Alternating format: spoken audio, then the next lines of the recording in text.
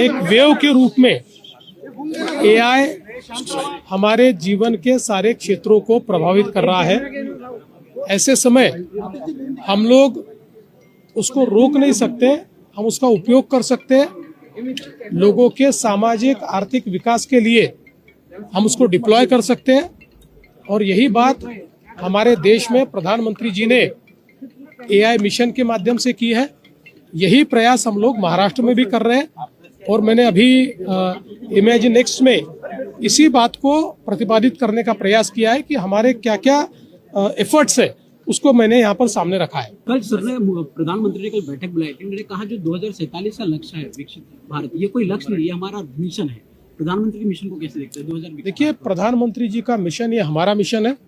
वही मिशन महाराष्ट्र में भी हम लोग चला रहे हैं, क्योंकि हम दुनिया के ऐसी कगार पर खड़े हैं कि जिसमें अभी नहीं तो कभी नहीं, इस प्रकार से हम ये जो विकास का रास्ता है उस पर चल रहे हैं।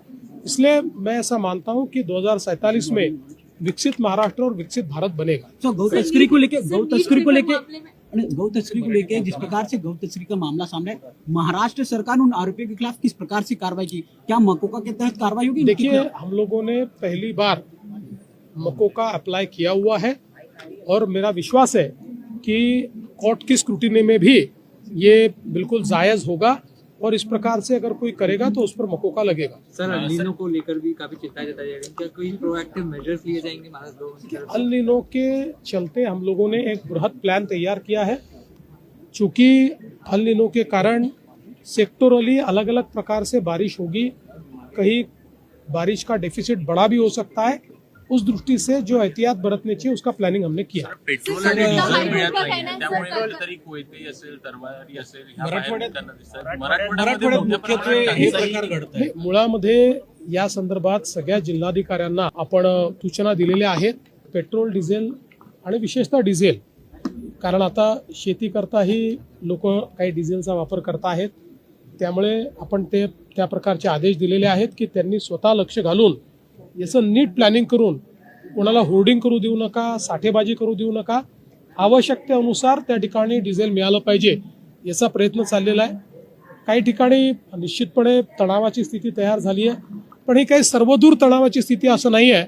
मला वाटतं एखाद दुसऱ्या ठिकाणी एखादा इन्सिडेंट होतो तो जास्त हायलाइट होतोय, पण तोही होऊ नये त्याकरता प्रयत्न आम्ही करू। मध्ये या कार्यक्रमामध्ये एआय समिट असेल किंवा इतर तंत्रज्ञानाच्या विषयासंदर्भात हा कार्यक्रम आयोजित करण्यात आला, तर तुमची मुलाखत देखील पार पडली आहे, काय सांगता? इमॅजिन नेक्स्ट हा एक अतिशय महत्त्वाचा इव्हेंट या ठिकाणी होतोय आणि एआय आणि टेक्नॉलॉजीशी संबंधित अनेक लोक या ठिकाणी आले आहेत। मला देखील निमंत्रित करण्यात आलं होतं। मी या कार्यक्रमामध्ये एआयच्या अडॉप्शनच्या संदर्भात महाराष्ट्र काय करत आहे या संदर्भात मी सांगितलं, कारण आपल्याला कल्पना आहे की आता ही जी काही एआयची वेव आहे ही कोणी थांबवू शकत नाही, पण त्या वेववर आपण, त्या लाटेवर आरूढ होऊन आपल्या सामाजिक आर्थिक परिवर्तनाची जी लढाई आहे तिला गती देऊ शकतो, त्याला स्केलवर नेऊ शकतो।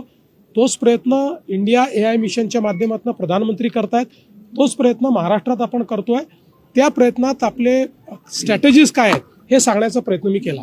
तुम्ही असं देखील म्हणालात की ज्या पद्धतीने महाराष्ट्राची अर्थव्यवस्था वाढते, 2 ते 3 वर्षामध्ये दुबई आणि इतर काही देशांच्या सुद्धा अर्थव्यवस्थेला, सिंगापूरला सुद्धा आपण मागे टाकू असं तुम्ही म्हणाला। निश्चितपणे आता आपण $660 बिलियन अर्थव्यवस्थेमध्ये आहोत आणि आत्ता जो आपला ग्रोथ रेट आहे हा ग्रोथ रेट जर पुढचे 2 ते 3 वर्ष आपण कायम ठेवला तर आपण सिंगापूर आणि UAE यांच्या अर्थव्यवस्थेच्या साईजला मागे टाकू शकतो, अशा प्रकारची स्थिती आहे। दुसऱ्या बाजूला राज्यामध्ये निवडणुकांचा पुन्हा एकदा माहोल पाहायला मिळतोय। विधान परिषद असतील किंवा राज्यसभांची सुद्धा निवडणूक आता सकाळी जाहीर झाली आहे। 2 जागाच्या, खरं तर महाराष्ट्रातून सुनेत्रा पवारांचा राजीनामा झाल्यानंतर जी रिक्त झाली होती, या संदर्भात निवडणुकीचा कार्यक्रम जाहीर झाला नाही। ठीक आहे, त्या संदर्भात राष्ट्रवादी काँग्रेस पक्ष निर्णय करेल आणि आमचं त्याला पूर्ण समर्थन असेल। त्या जागेवर मला वाटत नाही की निवडणूक फार कोणी लढेल, कारण आमच्याजवळ सत्ता पक्ष म्हणून 232 वोट्स त्या ठिकाणी आहेत। त्यामुळे एकदा कॅन्डिडेट ठरला की त्याची पुढची कारवाई